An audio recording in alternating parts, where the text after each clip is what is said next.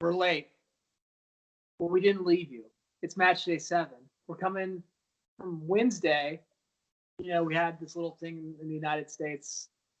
I don't know if you've heard of it. A little bit of an election going in. So, this podcast, although a very big deal, millions upon millions of people clamoring for it, we decided to push it back one day, clear out for democracy to take place. So, Ben, how was your election day?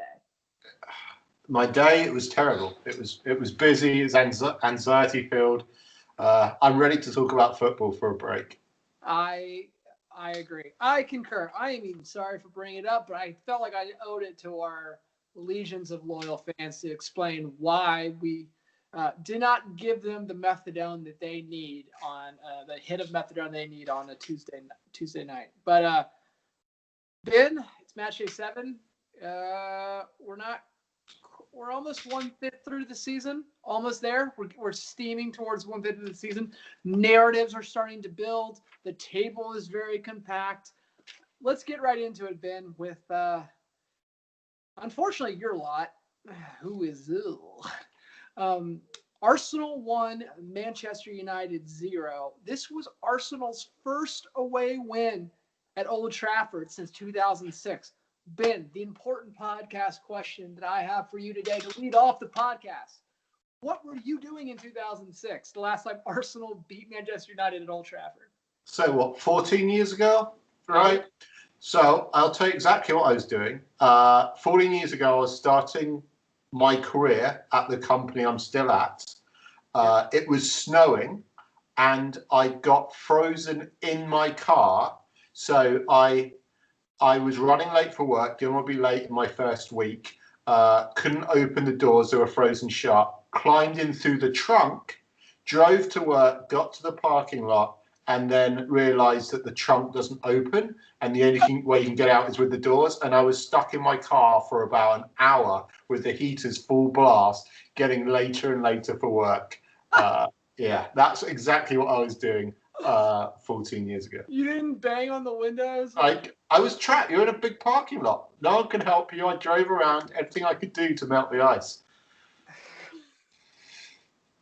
I got into work and I was pouring with sweat, half in tears. And yeah, I later had to confess to my boss what had happened. What were you doing? Hold on. We're not going to skip over this. People would think that we sort of set that up, that I had some idea that was the story. I had no clue that was the story. So that was just podcast gold right there. Talking about found gold. Beat that. What was I doing? In 2006, I was in college, so probably a whole lot of nothing, right? Like a little bit of drinking. Were you watching soccer in college? Is that something that you guys watched in Alabama? So, in 2006, no. My football soccer story starts in 2008 when I was took a summer internship in London. So no. So this would be LSU weekend normally during Alabama. We were undefeated this weekend, which at the time, this is 2006. No, 2006 we were terrible in football. Awful. Alabama football was terrible. So no, it wouldn't have been a fun weekend. 2005, this weekend would have been a great weekend. An awesome weekend, one of my favorite weekends of all time, but not in 2006. Ben, the match. I gotta say, are diamonds forever? Is this the midfield? Shout out to Sean Connery. First off, diamonds forever. I don't know if he was the Bond in that film, but shout out to Sean. He was.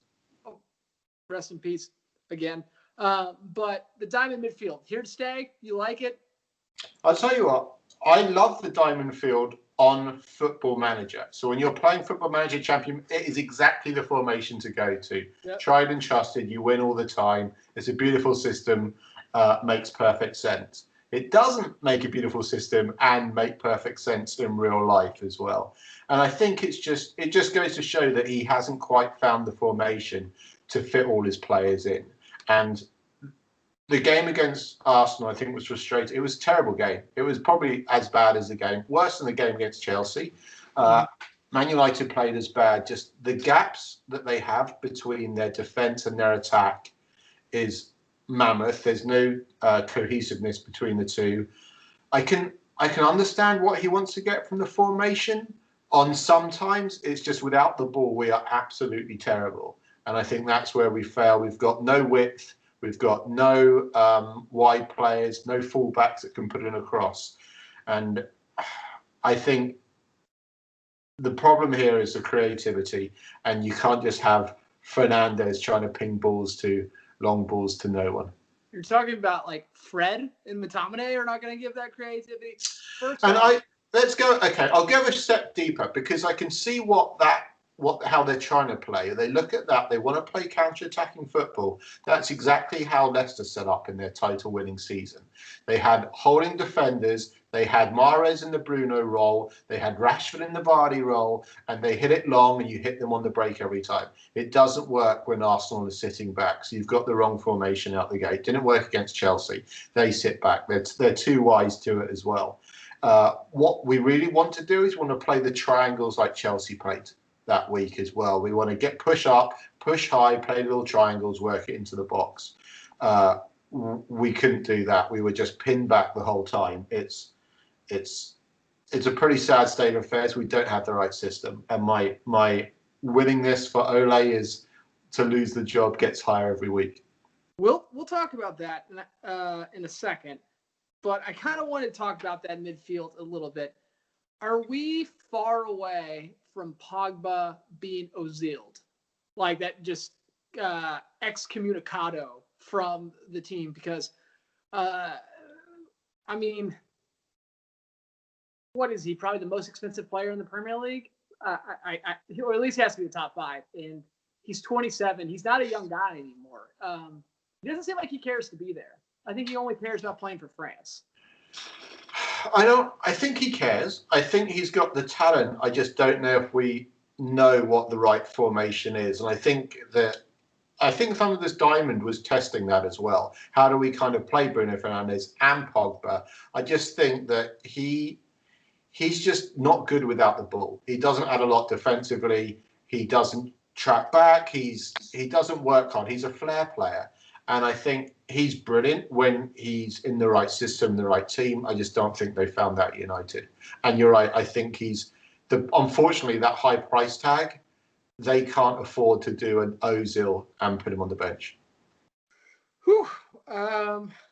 Yeah, I don't know. He just not enough industry for me with that. It really stinks when your highest paid player just doesn't seem like to do the little things, right? Like, it always talks about that, in football, you want your quarterback really to be your captain and do all the little things. And that sets the tone for everyone else.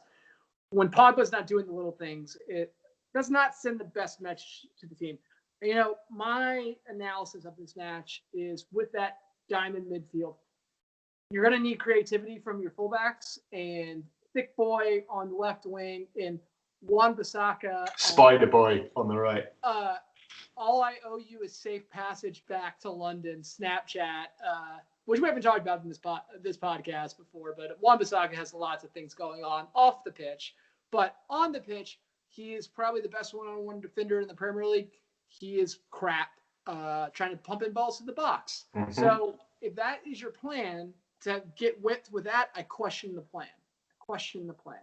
And there's not enough creativity to play through the center. So Ben, we're talking about Ole. Coming out of the PSG game, I don't think I've ever seen a manager where maybe it's because there's so many United players in the English media that are carrying the water for Ole, But we vacillate between Ole's got the stuff. He just doesn't have the infrastructure at United. It's not his fault. He's actually kind of a genius. Maybe not genius, that's strong. But after the PSG match, I heard a lot of Ole defenders coming up that he set him out right tactically. And then the past 2 matches, and spoiler alert, we recorded this on a Wednesday, they didn't do very well in Istanbul. Now he's back to dunce cap. I don't know. I'm getting sick and tired of this vacillating. How are you feeling as a United fan of Ole rising and then falling and then rising and then falling? I think he's very, very lucky. He's got all his ex-United friends in punditry right now who stick up and defend him. It literally every pundit is an ex-United player who still sticks up for him. And everyone ejects, right? You're only as good as your last game, and I think I try and stay away from that. Let's look at his record consecutively since he's taken over. It's not improving players. He still hasn't found the formation. It's not the right system. We are 15th in the table. We win some good games. As I say, players win games, managers win seasons, and we've got players that will cause those up and down results. I don't think we've got the manager to create that consistency over the season. I think he's reliant on the same group of players as well, which is a concern. I've said it for a long time. I don't think Ole should have got this job. I think it's nostalgia. I think it's a DNA thing. I think those are both fads, and it's not going to work out. And hopefully they change as quick as possible. All right, Ben. So I agree that this is not going to work out. Apparently, he must have nudes of the Glazers doing stuff that I'm unaware of. I'm not sure what the laws about revenge porn are in the UK. Put that to the side. We talked a lot about Poch. He is what hangs over Old Trafford. But Ben, I kind of want to put it to you: if Poch says no, who is it? Who is the hot manager? Andres Villas-Boas is doing well out there. I think he's, bring him back. I don't really know who is. Maybe Brendan Rodgers. Would you take a swing with Brendan Rodgers? Yes, absolutely. Have you seen Leicester? Absolutely. Yeah. Let me take on a journey of my thoughts, because I've done some research and some thinking. Okay. Start left field, Laurent Blanc.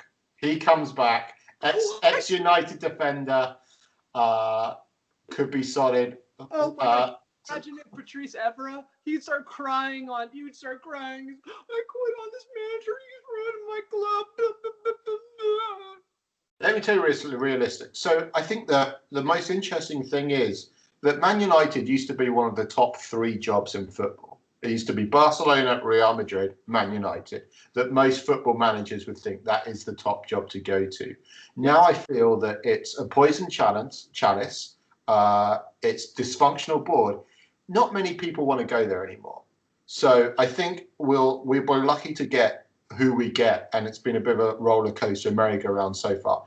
Ideally, Ralph Hussenheitel from Southampton, a guy that's improving players, great formation. It'd be a step up in clubs. Very, very realistic get for us as well. But stay with me on this as well. We are talking Manchester United DNA. Yep. We picked the wrong sub. Oh, no, we picked the wrong sub. We went for a super sub. We need to go from a talisman, the king. Eric Cantona comes back. His press conferences are off the chain. Flick collar, looks great on the sideline. Training would be amazing. Learning from John. He's like our Zinedine Zidane. He would win everything if he came to United and took over. Or he'd burn the club down from the inside. But it'd be a fun way to find out. Could you imagine dueling press Cantona in the Premier League against Mourinho? The dueling. It'd be lush. Or Ryan Giggs is on a little bit of a suspension right now. He's taking some time off in the Welsh team. So Ryan Giggs may not be a good guy. But to go out and say he scored a great goal in Turin. He won a PFA Player of the Year award when he was like 39 years old or something like. I forget what that year he won. A legend, but he might be a legendary D-bag. He might not be a great manager either. So probably not. So Eric Cantona, that's who we should get. I love it. I love Cantona. Probably my favorite United player of all time. I'll sign off on that. I'll rubber stamp that. I'll send it to the New York Stock Exchange, get the Glazers to sign off on it. We're good. Okay. I think we've covered Arsenal. We didn't talk about Arsenal. They're not going to win the league. They're not going to get top 4. The apex of this team is not good enough. It's just not. So I don't know what they're doing long term. They got a lot of money spent. Maybe Partey, he's okay. Right, but they're crowing about Aubameyang. He just scored from the penalty spot. Yeah. Not doing a whole lot. So I think he's done a great job defensively with them. They leaked goals all last season. They've tightened up a lot defensively. I think Aubameyang's suffering a little bit being out on the left, a little bit like Timo Werner is. You want their striker as the focal point, dead centre, someone with that skill, but also there's a role to play on the left that he has to fill. Their goals have dried up and they're lacking creativity. But they're going to grind out wins. Timo Werner has 7 goals or 8 goals in 12 matches. Well, let's say 8 penalties in 12 matches. But he's drawn them. he's drawn them. Okay, speaking of Timo Werner, we're going to pivot out that. Ben, you might need to turn down the temperature because I'm about to bring the heat on this. Chelsea 3, Burnley 0. This is the best match I've seen Chelsea play since Antonio Conte in the first title-winning season. And it wasn't so much that we just ripped them apart. It was more so that we were solid in the back. They didn't threaten the goal. I don't think they had one little close to shot on target in the very, very beginning on a drop ball. But we were just solid in all 3 phases. And sort of the runs that were being played with Hakim Ziyech on the right wings, floating balls into the left-hand side, Chilwell getting up, Reece James getting up. It's I'm not going to say that we're number 1 title challengers, but I will say this: I was very down on the side probably 2 weeks ago. Having watched that match, watching what Thiago Silva has done for that back line, I am very bullish. If I may in the next couple of days lay some monopoly money on Chelsea and Tottenham at the odds that are getting to win the Premier League. That they're not favorites by any means, but we're just talking about financial odds. Here's my hot take. Sorry, go ahead. No, here's the hot take. Okay. Here's the hot take. What's coming? Ben Chilwell and Reece James will rival Robertson and TAA as the best fullbacks in the Premier League. I think that Reece James will end up being a better right back, more complete right back than Trent Alexander-Arnold. That's my hot take right there. It is a hot take. Now they're both good. They're both good going forward. They can both put in the cross. Can they defend though? They can defend? So here's the one thing that's really good about Chilwell. I wouldn't say that Chilwell's the most amazing on the ball defender. He's not bad, but what is nice, he's really good with his head. He's really good at clearing the balls. And Reece is getting much better at defending, and he's just a tank. You can't if you go up against him, it's like waves crashing against the shore. It just doesn't work, right? Little thick boy over there is doing good. But yeah, I mean, I'm trying to think. Since that back line has been there this season, I don't think they've given up a goal, right? Between with Reece James on the right, Chilwell on the left, Zuma and Thiago Silva, they haven't given up a goal, and with Mendy in the back. So that's huge for you guys. Well, he's not seeing many shots. He did see some shots in the United game. I will give you that, but he's not seeing shots. This back line, it is not Vidic, Ferdinand, Terry, Carvalho. Those days in the Premier League are far, far, but to see a team hold 7 clean sheets in a row, you can't discount that. Yeah, they look great. I think it's a bit too early to say that they're better than Robertson or Alex. They're not. I'm saying they might be. There's potential. They might be the second best fullbacks in the league for sure. Yeah. Yes. And Bilden Chilwell did not have as good of a season last year. He kind of admitted to some mental health issues, so I was a little skeptical about that. But I love Ben Chilwell right now. Love him.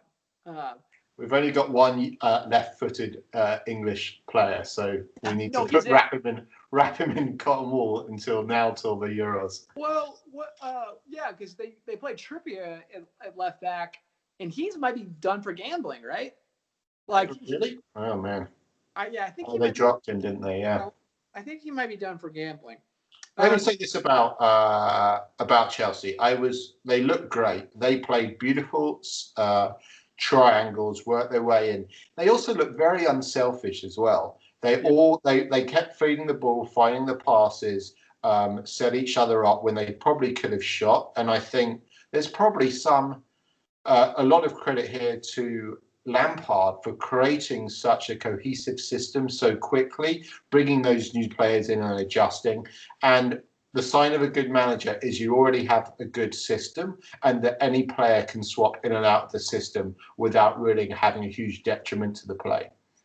Well, this was the second match they played a 4-3-3 with Conte at the holding role, and most importantly, Golden Boy Mount not on the wings but in the midfield 8 with Havertz, and that's the formation. Now Havertz got COVID today, and we couldn't see that formation against Rennes. Hoping that we get by Sheffield United this weekend, and then coming out of the international break, I think we have Tottenham after the international break.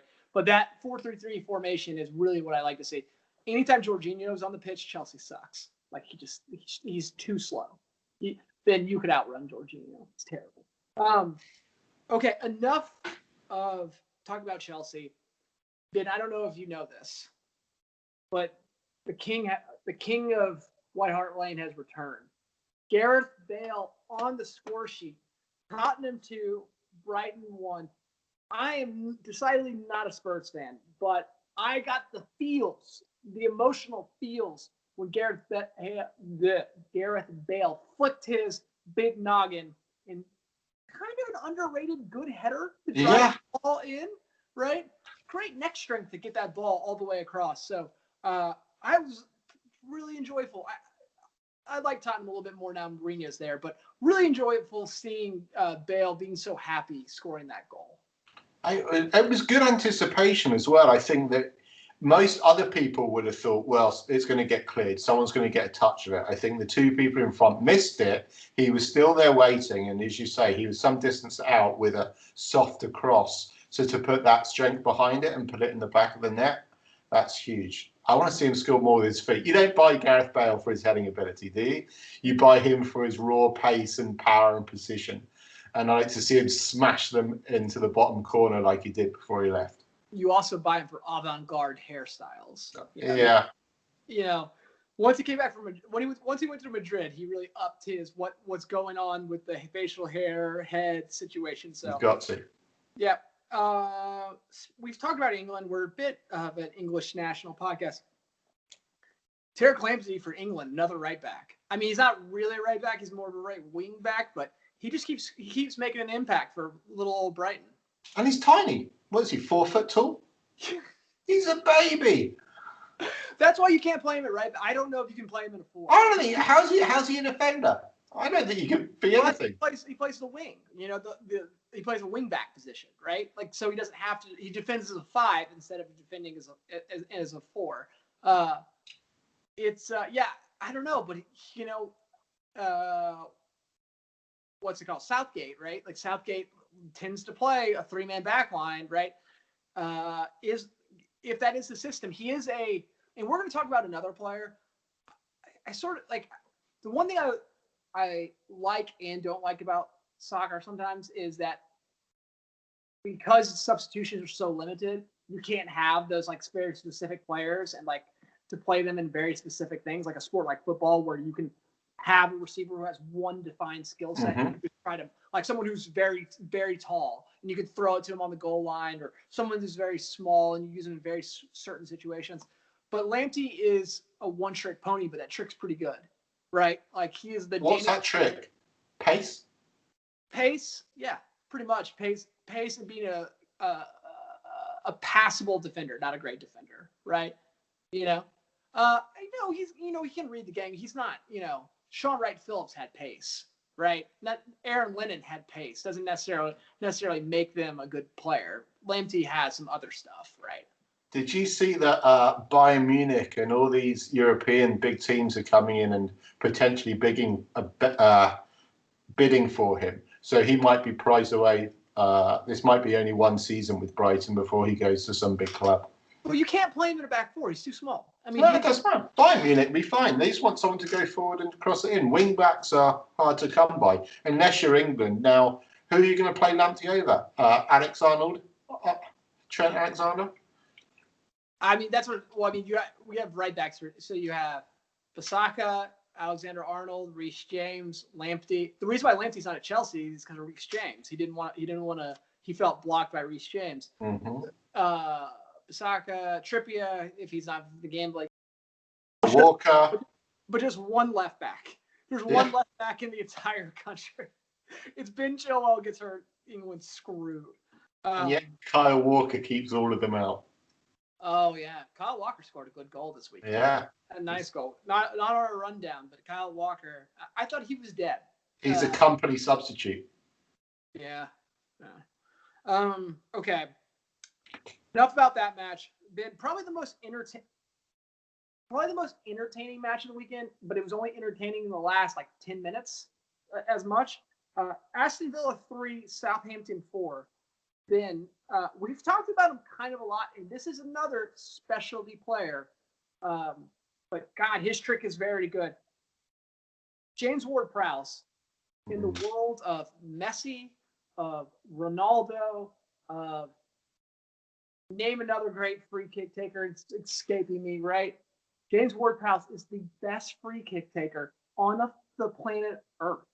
2 free kick goals this weekend. His right foot is amazing. That's why, when I talk about soccer, I wish you could almost sub him in for free kicks, right? But I don't know if he's good enough to play in the midfield. But an amazing, amazing right foot. And on his birthday as well, 26 that day, and he gets 2. That, I grew up with Beckham, and the best free kick taker I've ever seen scored the most free kicks in the Premiership to date.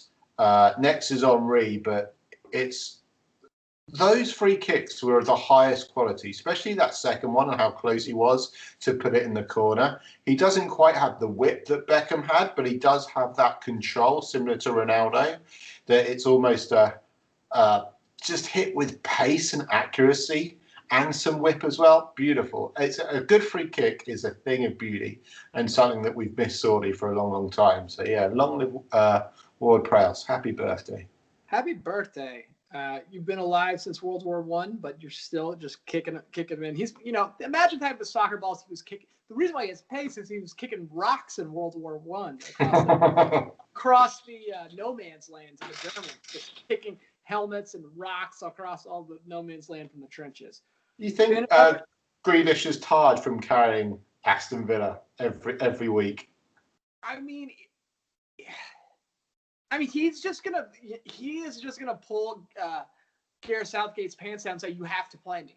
1 goal, 1 assist, 1 penalty drawn. Now, the goal and the penalty drawn were, I can't remember the exact order of when they occurred. 2 of them were very late in the match. The match was mostly decided, but just he makes things happen, right? Yeah. I don't know how tactically he fits and blah blah blah blah blah, but goal scoring actions, he makes them happen. So I think he has to. Maybe Marcus Rashford doesn't get in the team because Jack Grealish does. Marcus Rashford does not create as many goal-scoring actions as Jack Grealish in a side where he doesn't have a lot of help. Well, more help this year, right? But traditionally, he doesn't have a ton of help, right? He doesn't have Bruno Fernandes playing with him. He has Ross the Boss Barkley playing with him. I agree. It's England always lack creativity, and he's the most creative player in England by far. Would you say, Greg? So my wife was scurrying by the TV, caught a little glimpse of Jack Grealish. Her, maybe some blush came to her cheeks about that. I don't consider Jack Grealish all that handsome. Is he handsome? I think so. Well, the problem is the hairband. What does he look like on a night out with his curtains? The hairband probably doesn't help, but he's a good-looking boy. His big legs. Yeah. He's not. There's probably better-looking football players in the world, but he's pretty decent. He looks like a villain as well. Is probably a lad. He's probably a lad. Mm. Him and Phil Foden on England duty when they get together. Yeah. Total lads. Then the champions, Liverpool 2, West Ham. Oh, no, sorry about Southampton. Big shout out to Danny Ings. I think it's 6 weeks out with a minor knee injury. That sucks. I like Danny Ings a lot. He's really actually I don't like him that much. He's a pain in the ass whenever we play him, but he's a good pain in the ass. He really does a lot for Southampton. He's had a bunch of knee injuries. He's getting surgery, so hopefully this helps.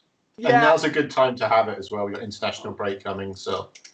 Yeah, it's not like an ACL or anything, so hopefully it's just a light thing. He's back in a couple weeks, so big out to Dan. It looked awful. It looked awful when it happened. Liverpool 2, West Ham 1.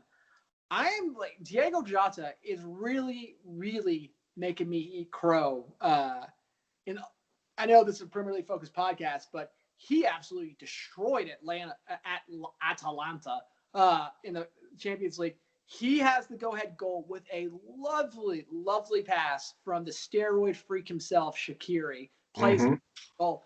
I think Firmino is screwed. I think Diego Jota is going to take that 9 position, and that's where he's going to play. Yeah, it seems that he has still a lot of loyalty to Firmino, and Klopp says, listen, we got this far with him. I don't want to take him out. He knows the system. He tends to ease these new players in over time as well. I think long term, it's probably a good replacement. I don't think who knew that Jota would be so good. And I think there's definitely been, not only has he been coaching well, he's getting better chances, he's got better players around him. But I do think he's probably improved as a player. And just with his performances for Portugal as well, he's suddenly got really, really good. And maybe he's a conference player, and that this one goal is all he needed, and now he's on a tear. But seems like the best signing for Liverpool of all the players they did bring in as well. Yeah, he's making me firmly eat crow. I'm sad that West Ham went up in this match 6 minutes in, and I got ideas when that first started to happen. I will say this: that Mo Salah penalty, that's a dive. That is a horrific dive. Let me take you back to the Spurs game then with Harry Kane for that first penalty, where he backed up and won the penalty on the very edge of the box. I think they're very similar. It's 2 strikers who are looking for the foul, who are looking for that contact, trying to earn that foul in the box. 2 different ways, but two attackers who know what it's all about. Yeah, I don't know. I think and there was some discussion, I forget on which podcast I was listening to, about like the racial elements and like, are we harder on Salah because Kane had another drawing a penalty and he's not really seen as like being a diver as much as Salah. I thought with the Spurs one, I mean, yes, he was drawing a penalty. I think he was trying to draw a penalty, but he did get crushed in the back. Yeah, right? But on purpose. He got crushed. He created the crush himself. He could have avoided it. Yeah, I suppose. But again, it's like the defender was like crushed him, right? Like, yes, Harry Kane put him in the situation to get put himself in the situation to get crushed, but the defender crushed him. I don't think the defender hardly touched Salah. I don't think. Yeah, I think that's like getting in the back of a trash cart and getting crushed, and then saying the trash cart crushed me. Well, Salah, you got in the back of the cart and then pushed the button. Yes, you're going to get crushed. I don't know if I love your analogy. I don't know if I love it, but I watched that Salah thing. I stay on your feet. It wasn't like, come on now. I get it. I get it. We're drawing penalties. I just don't know how VAR looked at that and said it was a penalty. I don't know. That to me was not a penalty. But anyways, with Liverpool doing well, top of the league, but they're not on all cylinders yet. There is no dominant team in this league right now. We haven't talked about Man City. They're not dominant right now. So Liverpool is not going to run away with this league. I agree. Then the Leeds hype train took a serious derailment. Leeds won, Leicester 4. We talked about Brendan Rodgers parlaying his success maybe into the Manchester United job. Ben, I got to ask you a question. What do you think Southgate has to do to get Vardy back in the England? Does he have to, just give him an unlimited supply of Red Bull and cigarettes? What does he have to do to get him into the Euro? So let's talk about Vardy. So I looked up his record because I think he plays a role very well, but he's maybe not the best striker in England. So for example, in friendlies, 5 goals in 12 games, pretty good return for a striker. But in competitive games, only 2 goals in 14. So I think he doesn't do well in really top quality games where there's not much space. He plays a counter-attacking run into space better than anyone. Unfortunately, in England, there's very few games where we're running into space and have the same system. So I think Vardy's great at what he does. I don't think he's being missed in the England squad.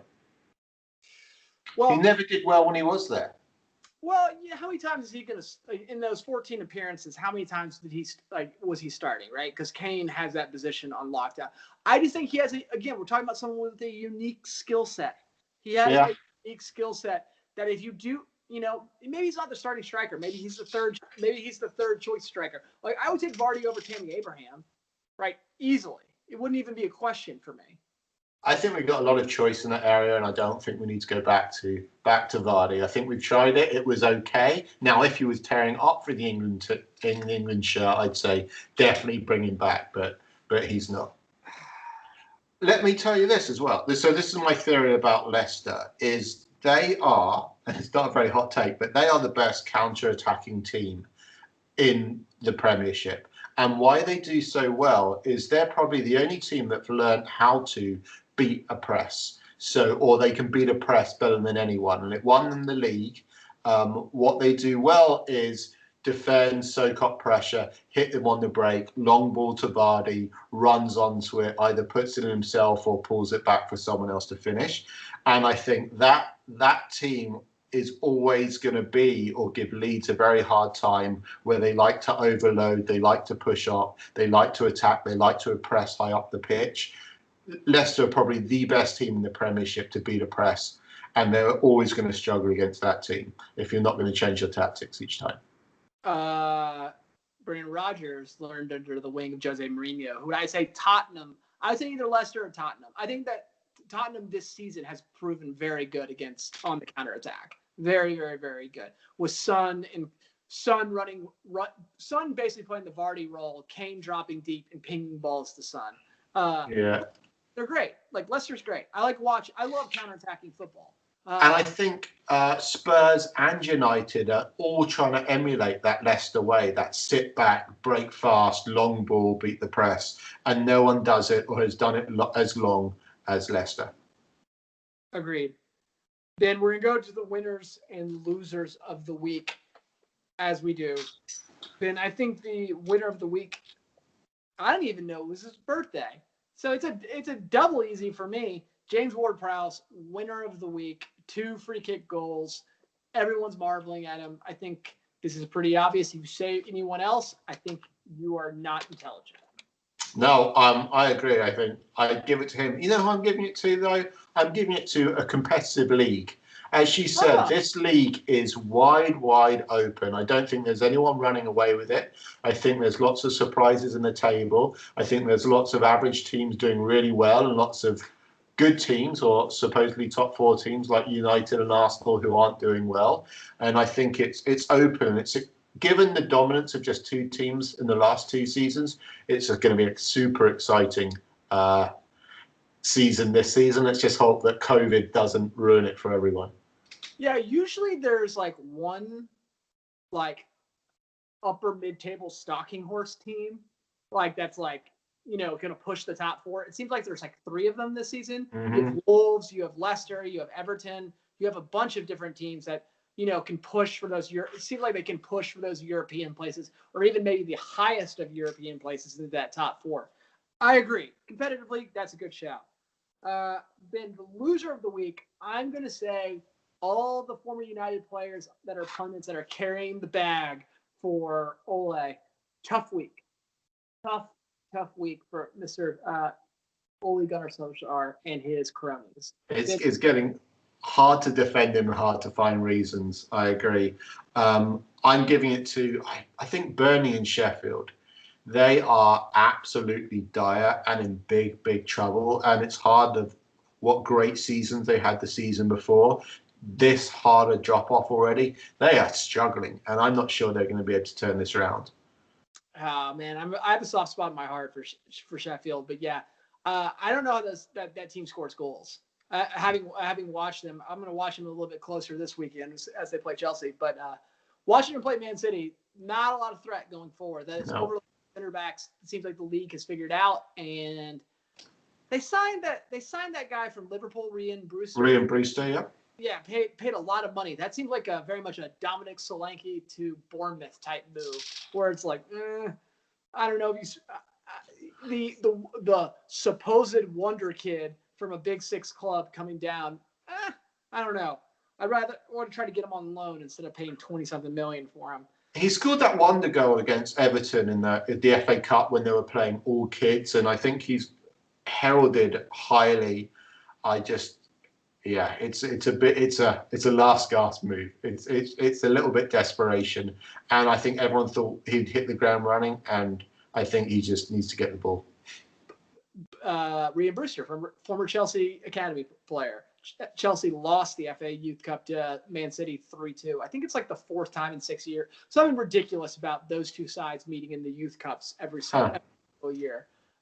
Beat United in the semis. Thank you very much. Okay, Ben, we gotta, I'm not gonna say the last weekend, trying to think. I'm trying to give the proper analogy. Is the last couple of weekends weren't very good. Let's be there. It's been the hangover since the party. If like the first four were the absolute party, this is kind of like the hangover. Yeah, it was the international break really killed the vibe of the party. And coming out of the international break, everyone has been hungover zombies. But this weekend, Ben, I have hope. I have hope looking at the matchups. We have three great matchups. The first matchup in my number 3 position of the third most anticipated match, Leicester Wolves, the European nouveau rich, trying to bump it up against the break the glass ceiling of those top 6 clubs. Both sides, as you like to say, like to hit on the counter. Very compact, very well organized. Probably no center forward I like watching play more than in the Premier League. In the below is Raul Jimenez, even though he's Mexican, and when he plays on the El Tri jersey, I hate him. But Raul Jimenez is great. Leicester Wolves, Ben, what do you think about that matchup? I think it's going to be tight. I think that, as you say, compact, well coached, great systems. I'm not sure there are going to be many goals. Wolves don't score many goals, and I think they sit back. It's going to be really hard for Leicester to break down. Yep, agreed. So Ben, in the number 2 position, I'm going to call this who is really on the slide? Who is on the slide? 2 teams, Everton, which didn't have the expectations, but has lost the last two matches, and United, who's really on the slide. Mm. Which side is really going to pick themselves up? And for the other team, that is really, I don't think either side can afford to lose this match, right? Like, I think, neither side can afford to lose this match. This could be Ole's last game. I mean, he may not make it to this game. We had a little team chat earlier. Sacked in the morning. If there was United fans in Istanbul, would they be chanting "sacked in the morning"? Most likely, yeah. It was bad. The defending was atrocious. But this isn't a European podcast. But God help us, it was some terrible stuff. I do think United are lucky they're missing Rodriguez, or that United are lucky that Everton's missing Rodriguez. I think that's a huge miss for them.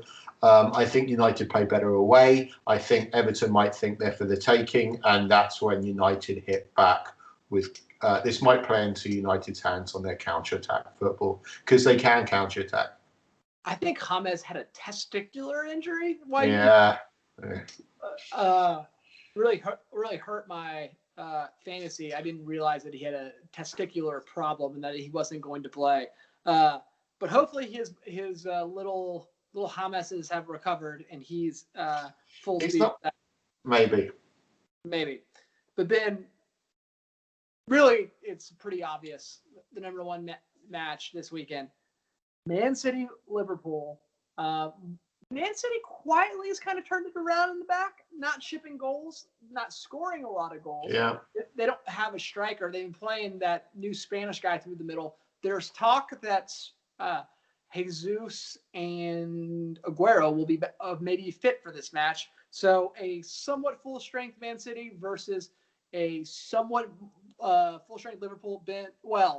Minus Virgil van Dijk, which is a very, very large, so not quite full-strength Liverpool. Ben, who do you have taking this in the clash of the two most successful teams in the past couple of years? So City are missing strikers and Liverpool are missing defenders. So it should be pretty open. Who do we think? I'm excited to see. You know what? I think Liverpool. I haven't seen that much from City. I know they've been missing their key strikers, but it seems like De Bruyne is doing everything, and they were lucky to get that goal last week. I think Liverpool, with their more creativity, they've probably got better players. With the emergence of Jota, with their they've got a system that clicks. I think Liverpool are going to comfortably beat City. I don't know. I kind of like the way the City is tightened up at the back. If they get Aguero, I forget who the young guy, because Fabinho is out. I think Fabinho will be out of this match. Don't quote me on that. They were starting some young guy next to Gomez in the center. I just don't think that's going to get. I don't think Joe Gomez leading the line in the center back is going to get it done. I'm going to go with Man City in this match, although I poured dirt on Pep Guardiola's grave and about his genius, the genius Pep Guardiola who can't find his center back, but he's tightened it up a little bit since that's happened. So I gotta give credit where it's due. I'm gonna go with Man City in the match. Ben's gonna go with Liverpool in the match of the weekend. But that's all the time we have, folks. We've gone through the matches. We got a great match 8 coming up. Then we're in the wilderness for another international break. Terrible. 3 matches during COVID. You're flying people around the 3 matches. I get why it has to occur. These all these smaller FAs need the money and blah, blah, blah, blah, blah, blah, blah, blah, blah, blah. But it just seems, as someone who cares more about club football than international, well, I will say this. The U.S. lineup looking very good. Very good. I'm quite excited to see the U.S. minus Christian Pulisic. So normally international football, I am not that. I'm club over country guy, for sure. I do think the Premiership's way to beat COVID is herd immunity. They just want everyone to get it one by one. Not enough to catch up the league down, just enough to be missing a few players every week from a team. Eventually, everyone's going to have had it, herd immunity, and then they can go off and play all the football they want. That's the plan.